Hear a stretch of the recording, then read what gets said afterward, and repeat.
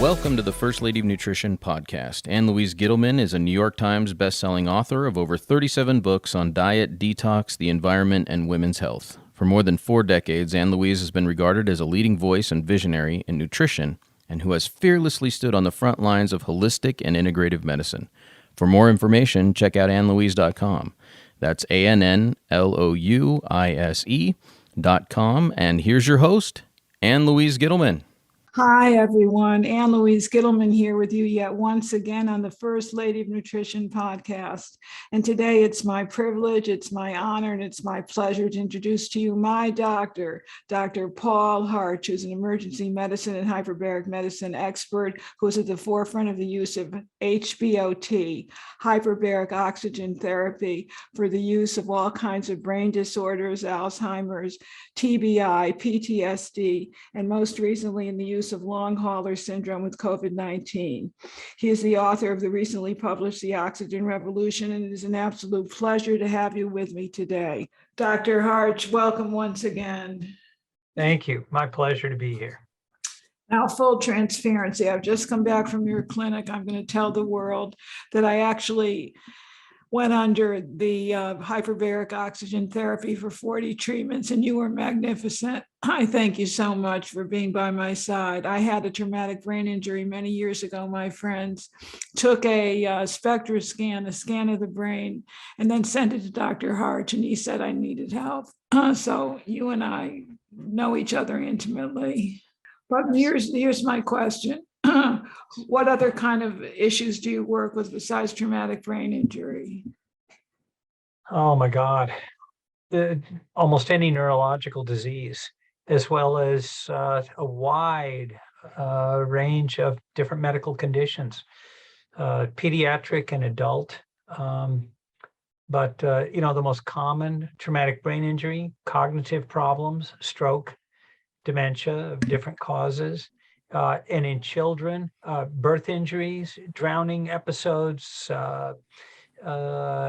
various learning disabilities, post-encephalitis, in other words, the residual effects of viral infections of the brain, of course, trauma in children, cerebral palsy, autism. Why don't more doctors know about this? I mean, shouldn't there be a hyperbaric oxygen therapy chamber in every medical center in the country? It just concerns me that nobody knows about you or your work in the oxygen revolution. So why is this such a secret? That is a question that's vexed everyone for many years. And the root of it really is in the history of this therapy. For roughly 360 years of its existence, it has not been understood scientifically until about 2008, and really more in the last couple of years. So for my generation of doctors, hyperbaric oxygen therapy was characterized by its advent in the United States, and claims got made about its effects. People claimed they could grow some hair with it, or their erectile dysfunction improved, or it had an effect on their cancer. A wide variety of things were experienced. And in the absence of the experts in hyperbaric medicine's ability to explain how could this happen, what is the therapy doing, what's the mechanism of action, it got discredited as just wild claims, to the extent that it also breached or challenged one very significant foundation tenet in the neurology field, and that was that there was nothing you could do for a neurological problem. And in the 1970s, people started claiming that you could treat neurological disease with hyperbaric oxygen. And of course, this just violated decades of dogma on the thinking in neurology. And eventually this got very politicized, and in the medical profession, it was known as a therapy that was a fraud, didn't work, was not understood. And that's what I was taught at medical school, Johns Hopkins, my 3rd year. But you also claim that this is a genetic therapy. So this goes beyond just the treatment of these issues. This is genetic therapy. It turns on 6,000 genes. So this is a longevity medical therapy as well. So I'm so surprised that nobody knows about it the way they should.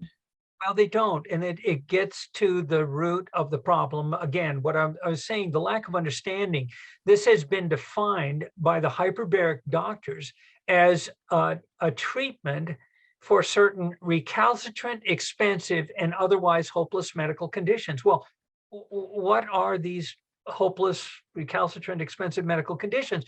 They were a group of diagnoses that a group of hyperbaric doctors identified and said, here, our therapy, this therapy is a therapy that works for these things. There was no underlying explanation for it. And that has been the root of so much of this confusion. In fact, it's not so much a genetic therapy. The hyperbaric therapy doesn't change the DNA code. What it does is it's an epigenetic therapy. It affects the expression of the genes. So at any second now, you and I, all of the cells in our body, our chromosomes, all of our genes are either being turned on and read or being suppressed and not read to make the proteins that they code for. And what hyperbaric oxygen does is affect over 40% of them, turning them on or turning them off.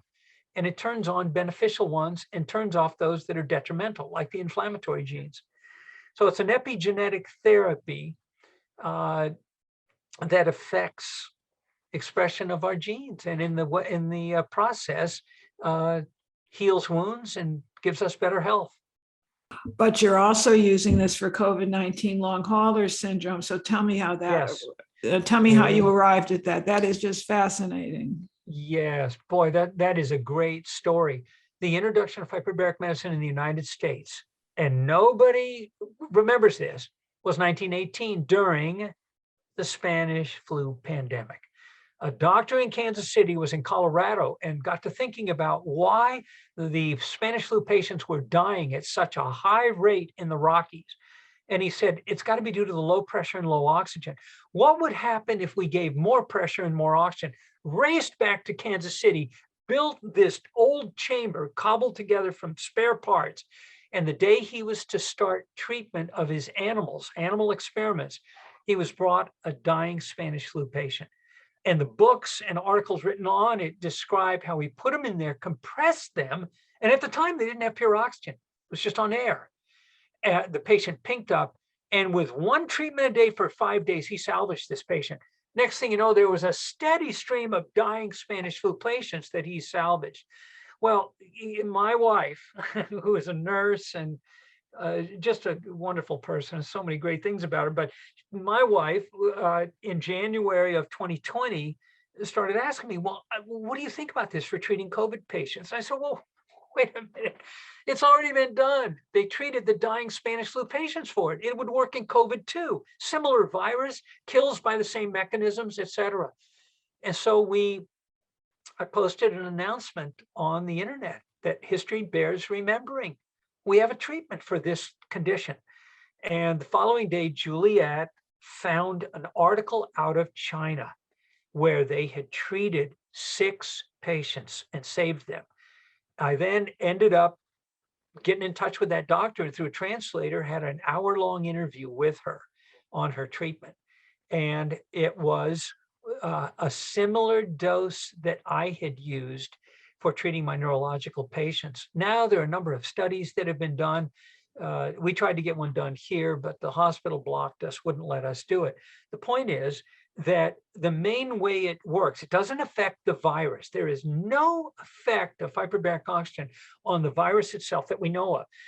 But the key in COVID infection is the intense inflammatory reaction that some people's immune system causes when they're infected with COVID.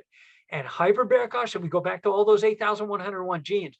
The largest clusters of genes turned on are the anti-inflammatory genes, and the largest clusters turned off are the pro-inflammatory genes.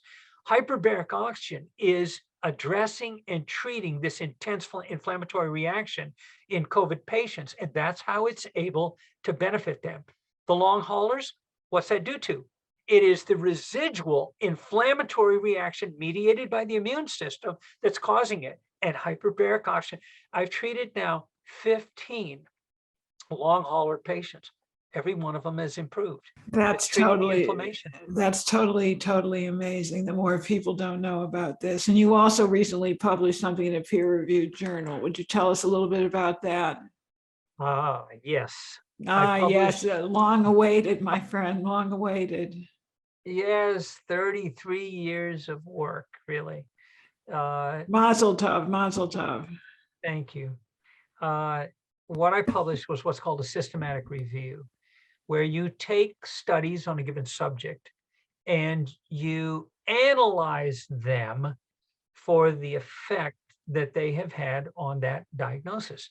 And so I treated the first persistent post-concussion syndrome patients many years ago, back in the 1990s, and then extended this to our veterans, US war veterans with traumatic brain injury and PTSD in 2008. And what subsequently happened, I did a number of studies. The Department of Defense asked me to present this data to them, the initial, and they, based on that, did a series of studies. And the problem was they designed them improperly, and their control groups, which were different doses of hyperbaric oxygen, they called placebo. And so what I did in this article was go back and analyze all of these studies based on the hyperbaric effects, the pressure effects and the oxygen effects, the two components of it, and looked at the overall results. And the conclusion was this was the highest level of evidence achievable, level 1, using an international accepted grading system out of Oxford, England, the Center for Evidence-Based Medicine. And it met the highest practice recommendation, level A, by the American Society of Plastic Surgeons grading system, which says that this therapy should be delivered to every patient with persistent post-concussion syndrome from mild traumatic brain injury. In other words, people who have chronic symptoms from their mild traumatic brain injury, unless there is a compelling rationale to not use it. Wow, And this wow. now is going to be able to be used by patients to get reimbursement from their insurance company for getting hyperbaric oxygen for traumatic brain injury. It's about time. How does somebody know? Maybe we should just reiterate again. I mean, I had a Spectre scan. It's kind of a nuclear scan.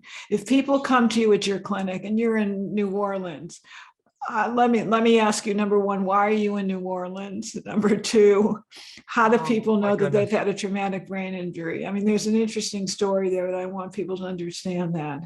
Well, okay. I was in Colorado living what I thought was in a life in heaven. I just love the place. I love the Rockies. And a funny series of events. And someone asked me if I wanted to travel to work in hospital-based emergency medicine.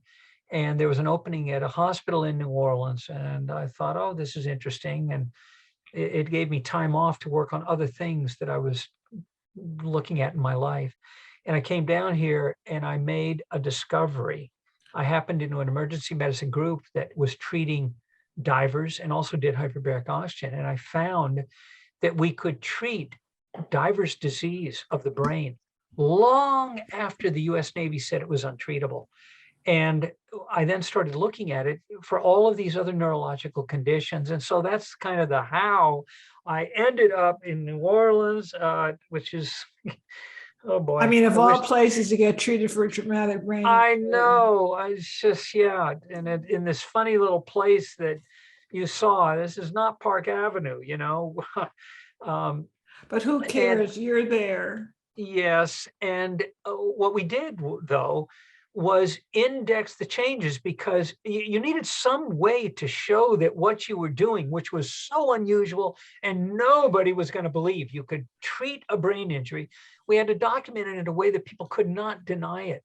So we started using brain blood flow imaging, and I was blessed with the second high resolution scanner placed in the United States in clinical use. It was in the hospital right down the street from me. Oh, and I was second blessed with a nuclear medicine technologist who worked there, who had scored the highest in the Southeast United States on the nuclear med tech exam. He was bright and he was meticulous, and he saw these patients I was treating come back, improve neurologically, and he saw the scans improve. He started processing these scans so meticulously.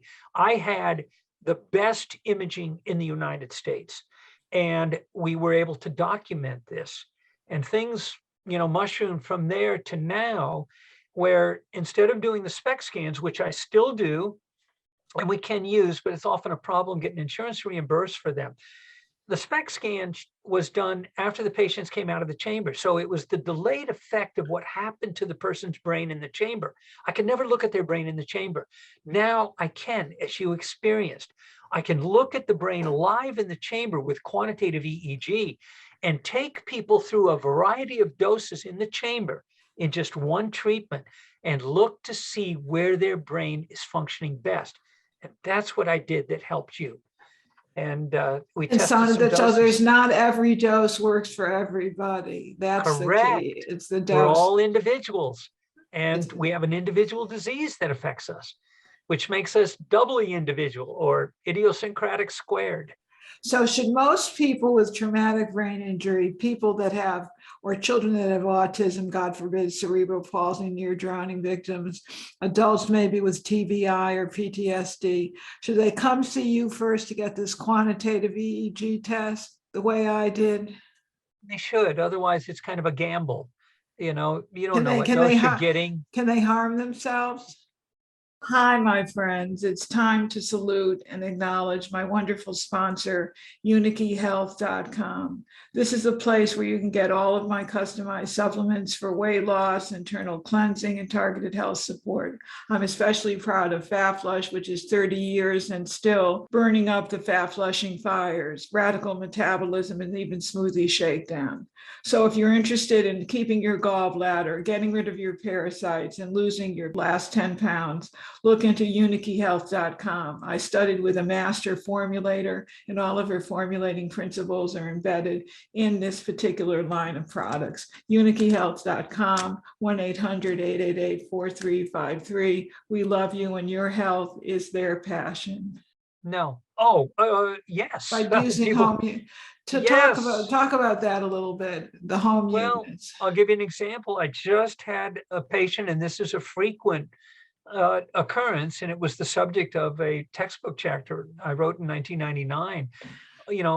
The application of hyperbaric oxygen, unlike no other field in medicine, has been based on the delivery of hyperbaric oxygen according to rote historical protocols. Well, that's not the way anybody practices medicine, but curiously, it's the way it's been done in this specialty because nobody understood that this was a two-component drug, pressure and oxygen, and that they had individual effects, and that you had to manage the dose according to what was wrong with the patient, their disease, et cetera. And so what happened was, these rote protocols get delivered, and someone picks a protocol off the internet. Often at these places, there are no medical professionals there, and you get whatever they decide they're going to give you. And it's a roll of the dice if you improve. They may hit it and get something that works for you, or you may not. But the error that is commonly made is that if somebody got some benefit at a given dose, more had to be better. And so they often increase the pressure and the exposure. And as you can attest, that is not necessarily good. So last night I was called by this poor lady who had been treated originally for her problem. And according to the original dose that we had looked at in traumatic brain injury, and she got a limited number of treatments and had some benefit. She then went on to get a home chamber and started treating herself for extended periods of time with as much oxygen as she could. Oh my goodness. And what happened is she got oxygen toxic, and she now is worse than when she started. And we're going to have to see if her symptoms are permanent. If you do this too much while it's causing harm, you can get permanent injury to the brain. It causes an intense inflammatory reaction. And in fact, in this book chapter, I didn't report it at the time because I hadn't collected the data yet, but there are 3 children whose parents put hard shell chambers in their home and killed their children with too much oxygen. They generated seizures in these children, and they eventually died of seizures. And so there is, like anything, there's too much of a good thing. And what you want to do is dose it according to the patient's response. It's a medical practice issue. So yes, you can do harm, and people have and do it. And then you have to try to sort out how to correct it. But on the other side of the coin, you've had some extraordinary successes. Oh my God, yes. So tell me about the extraordinary successes if you can. And you just mentioned, and wait a minute, let me just say this. You were just mentioning Tony Robbins' book, weren't you? Didn't you write a chapter in his new book? Yes. Life Force, which is a New York Times bestseller. Yes. Okay, so I just name dropped everybody. Well, you did. Go ahead. And I can now tell the story. Yes, tell the story because he put it in print. Yes. His career was lagging. He was having problems cognitively, and I mean, very noticeable ones. And they didn't know what the problem was. They found out he was mercury poisoned. He had been eating swordfish and other high food chain fish 3 meals a day for 25 years, he told me. Oh my gosh. Yes, and he ended up with a mercury level way over 100. And he had gone and had detoxification done, but he didn't get better, a little bit better, but he was still declining. And he had gone to 8 hyperbaric facilities around the world and in the US and didn't seem to benefit. And he came down here, and I imaged him with SPECT and picked a dose I thought might work for him. And I hit pay dirt with this based on his diagnosis and so on. We then put a chamber on his jet, and my staff flew around the world with him for a number of months treating him. Wow. And he made a dramatic improvement. We then put a hard shell chamber in his home. And to this day now, for 5 years, my staff treats him monthly in his home. And it's what's reversed his decline, and he's at the top of his game. So in December, I went down there with the QEEG to now reset him and look at him again and see if there was a better dose I might be able to dose him with. And lo and behold, the dose I had him at was the best one of all of them that I looked at with the quantitative EEG. How interesting. And when he came out of the chamber, he said, "Look, how can I help you?" He said, "My book goes to press in a week. I want you to write a chapter." He said, "Would you do it?" And I said, "Okay." So I wrote that little chapter, and he sent it back to me, and he said, "Why didn't you mention what you've done for me?" And I said, "Because you didn't give me permission. I haven't told anybody for 5 years." Oh my so gosh. I sent it back, and in there is the story of how this helped him and where he is today. So yeah, it's a it's a great story. And you've got many others with others besides I do. Mr. Tony Robbins. So tell us about, it was the fellow that had bent, if I'm not mistaken, it was the fellow from Albuquerque that you wrote about. Yes, Dan Greathouse. Yes, who's mentioned in Yes. your book. Can you tell us that story? It's extraordinary. Well, Dan was an accomplished pianist, had a night band where he played the keyboards, was the valedictorian of his college class, Eastern New Mexico University, where he majored in math and English. He was now math and English junior high school teacher, president of the GED night school, his night band, et cetera, et cetera. And he decided he had been an alcoholic years before. And during that period of time, he felt he had lost living time and wanted to make up for it. So he was deciding to do all sorts of new things that he had wanted to do. So he decides to go scuba diving. And he goes scuba diving in Lake Powell at about 3,800 feet altitude. And it was a reckless dive. The instructor, nobody was paying attention. And he ended up with an air embolism and decompression sickness. And he ended up seeing a variety of doctors. Nobody could diagnose him. They all told him it was his old alcoholism. He was just dizzy. He had an ear infection, crazy stuff.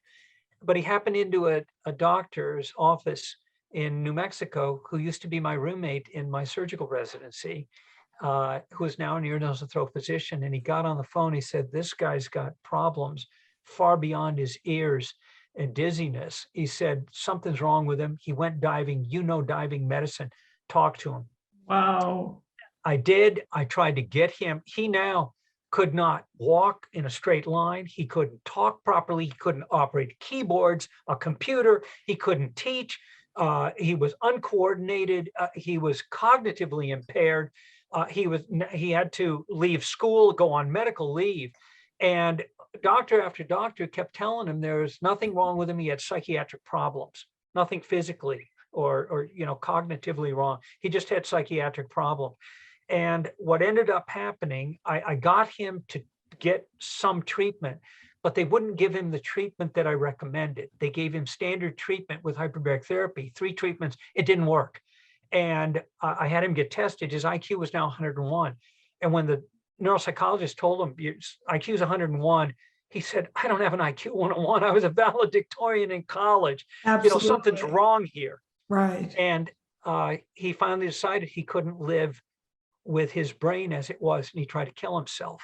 Oh. He got put in a psych hospital. He got molested by the psychiatrist, who later committed suicide. Oh my And while gosh. he was in the hospital, the psychiatrist called the sheriff's office, and they took him from the psychiatric hospital in handcuffs, put him in solitary confinement in the county jail. And someone called in anonymously and said that the dead woman jogger found that summer in this one neighborhood was him. It was found in his neighborhood. So now he was interrogated for murder, brought before the judge, and the judge confined him to a psychiatric evaluation for 30 days, during which time he's showing them the Merck manual and asking them to call me that he had decompression sickness. And they're telling him he's got depression. So he's now plotting his suicide the day he gets out. 3 days before it, his mother calls me back and says, do you remember us? I go, yeah, what happened to Dan? And they tell me this story I just told you. I got the judge to release him, brought him out. We brain imaged him with the SPECT scan. It was grossly abnormal.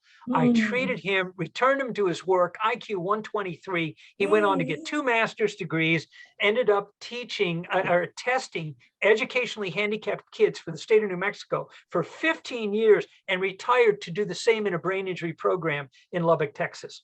And he wrote his book called Doc, I Want My Brain Back. That is what changed my life and started this whole investigation. Nobody could tell me this was a placebo effect. We had all the documentation. 35 doctors had seen him and missed the diagnosis. Unbelievable. Yeah. So when I came to see you, I have 3 questions with regard to that. I was told that you needed 40 hyperbaric treatments. Where's the number 40 from? Why 40? What a great question, Anne Louise. The diver just before the one I told you about, the commercial diver who was going to commit the homicides, what happened is his attorneys went to his home and got him and took away his pistols as he was heading to New Orleans to kill the diving company management because they cut off his workers' compensation. He was broke. His family was falling apart. And so they put him in the car, drove him down the interstate, and walked into the emergency room where I was working, where I was in charge of hyperbarics. And they said, here he is. Here's what happened. Do something for him. And I said, do something. There's nothing for this guy in diving medicine. We treated him months ago, and it only partially worked. I'm just going to have to put him in a psych hospital. And so I got on the phone in the emergency room and started calling around. And I called this Dr. Neubauer in South Florida, and who had treated neurological patients. And I asked him, I said, do you have anything for this guy? He goes, no, I've never treated a diver, but you can try what I've done. And I said, what's that? And he gave me a recommended dose. And I said, well, how many treatments? He said, he needs over 200. I said, oh my God, that's $250,000 in treatment. Nobody will pay for that. I said, what's the minimum number to see a permanent measurable improvement? And he said, try 40. I said, why 40? He goes, over the years, it's been a good number. Now that sounds flippant, but he treated people for a week to 2 years at a time, meaning a few treatments, a lot of treatments. He was able to see that people who got that number seemed to have permanence of the effect. And it turns out that is the number that is usually needed to heal a diabetic foot wound, radiation damaged tissue, the standard chronic wounds that hyperbaric medicine addresses. And so that's what we started for. And darn if it didn't work. Well, he was better at 40. Now what do? We did another 40. So we started looking and did a formal experiment for 5.5 years, looking at blocks of 40 treatments. And so for a chronic condition, you need 40 treatments to start with to see if you can get benefit. And if you do, you should have some permanent improvement to it. And then do you need to take a break? Yes. Even if you don't have oxygen? Yes, although that break, if people are still getting better at 40 treatments, you keep going. But eventually, yes, you have to take a break because the brain can get habituated to it like any drug, and you can't stop it immediately. It's a wonderful drug. It's a wonderful drug. It is, none like it. What's that T-shirt from Santa Fe, New Mexico, 7,700 feet? It's like the old milk T-shirt, got milk, ? It says, got oxygen. Wow. Yes. So what is next for you? Are you going to stay in New Orleans? Well, that's a great question. We are in the process of moving this location. In fact, we just reviewed the lease today, but no, I want to have other locations where we can do this, because like we talked about, dosing this is what it's all about. That's the key. Yes, and it's finding the dose that's right for you and your condition. And we have done the experiments years ago. I am the one who has defined and helped identify what people didn't realize they were looking at as oxidative stress. And you want to treat people and do it to benefit and stay out of trouble. And I believe I've mastered that now in these 33 years of practicing hyperbaric medicine and researching and doing all of this work. So I want to, expand this. And yeah, I'd love to get back to the Rockies or the coast. I grew up in Southern California and had a home in Denver for years, and or even Northern Idaho. Oh, yeah, either in Northern Idaho. To visit Ann Louise and James. That's heaven too. Absolute heaven. So how do people find you, Dr. Harch? Oh, it's simple. If you know the acronym HBOT, it's hbot.com, www.hbot.com. I love it. Or just plug my name in on Google and it's hard to miss. And people can get your book, The Oxygen Revolution, on Amazon. Yes. And they can go, if they just search harch, for instance, Frontiers in Neurology, it will come up, the recent systematic review article that they can use to help get reimbursement for hyperbaric oxygen for traumatic brain injury. Very interesting stuff. The whole article is there. In fact, I just checked it today. It's got over 2,300 reads in 3 weeks, and it ranks in the 40, it's got more reads than 45% of all of the journal articles published by all of the journals for Frontier Publishing. So congratulations to you. Yeah, I'm happy about that. People are seeing it and I want them to use it. Well, I hope that we see more of you, Dr. Harch. Will you come back? Anytime you want. It's a pleasure. You asked so many great questions about this there's so much to talk about. So yes, you tell me when, I'll be back. I love it. I want to thank you, Dr. Harch. I want to thank all my listeners. You've constantly made First Lady of Nutrition podcast one of the top 150 podcasts of nutrition in the entire world. So come back, listen to us again. You'll hear many great interviews beyond Dr. Harch and with Dr. Harch. And I want to wish everybody a wonderful week with a lot of love, health, happiness, and peace. Shalom, shalom.